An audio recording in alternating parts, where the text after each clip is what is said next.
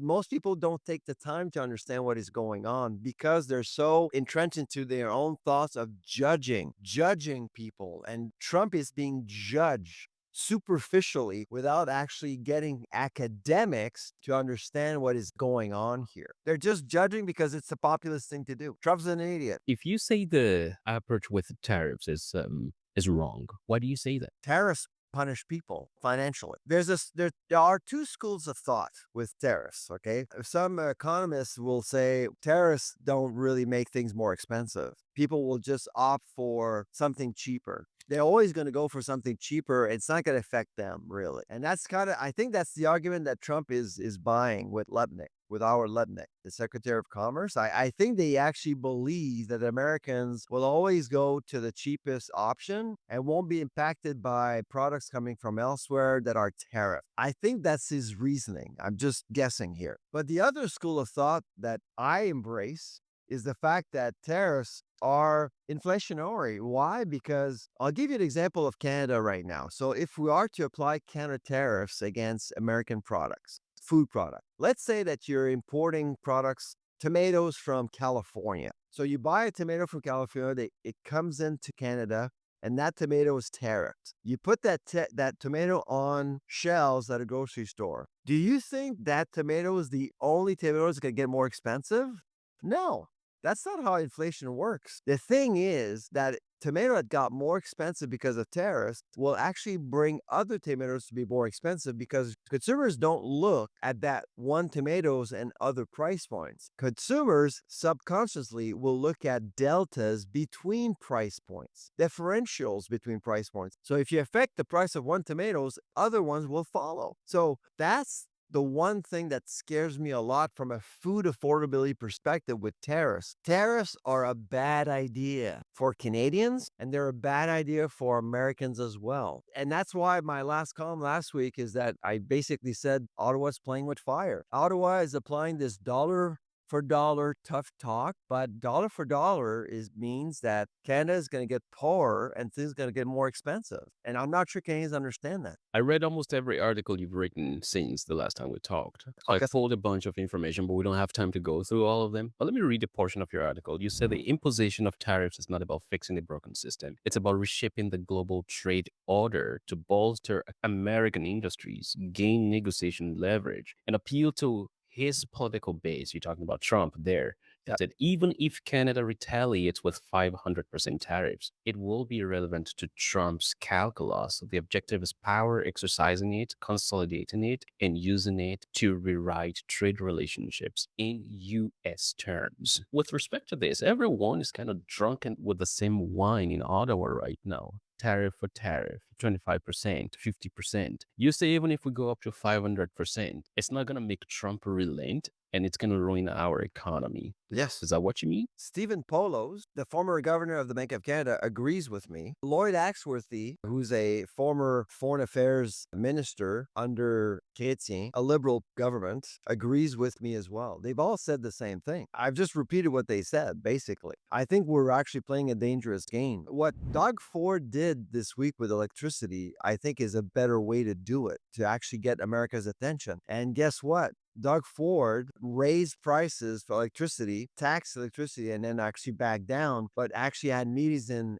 Washington. And this week was all over the news in America. Lots of Americans think that Doug Ford is the Prime Minister of Canada. I mean, he's the most popular politicians that we have in Canada in the U.S. because I follow U.S. news all the time, and Americans know who Doug Ford is now, but they don't. Wall Street Well, know technically, that we don't have a prime minister. well, Wall Street knows who Mark Carney is, okay, but Americans know who Doug Ford is. If that be the case, what about our internal trade barriers? You talked about that as well. Yep. What's the roadmap to actually resolve that? The major problem and bottleneck that I've seen a lot of economists talk about here is Quebec. Yep. and maybe even the East Coast. How do you tackle that issue with internal trade in Canada? I know Pierre Poilievre's advertising is a political campaign based off of that, and the Liberals are stealing that as well. But is that even possible? Because it looks like this is a problem that has been around since the 1800s. In fact, I was saying that if Trump wants to really annex Canada, he should better think about Quebec, because I don't know how he's going to deal with that. We've not been able to tackle that problem since the 1800s, and not just Quebec, the East Coast generally. There are barriers to trade Yeah. on this side of the country. How do you tackle that problem? Well, so first of all, this 51 state thing is ridiculous. I think it's not going to happen. It's ridiculous that we should stop talking about it as if we were giving more credential to the concept. What's not being covered in legacy media in Canada is that I've seen a few surveys in Americans asking if they would want Canada as a 53rd state. And the majority of surveys are saying that Americans don't want Canada as a 51st state at all for economic reasons. They don't see the value in getting Canada annexed because they're fine with the America that they have now. And that's not being talked about. So this 51 state, which came out of Mar-a-Lago's meetings between Trump and Trudeau, if you remember, it happened a few days before we spoke the first time, and it got traction, but it got politicized as well to support Trudeau. Trudeau has been repeating it and repeating it and repeating because it serves him well, and it pushes the Liberals up in the polls because you have Team Canada, you have the Liberals defending Canada, defending our borders and things like that, but it's And the elbows high, people. elbows up.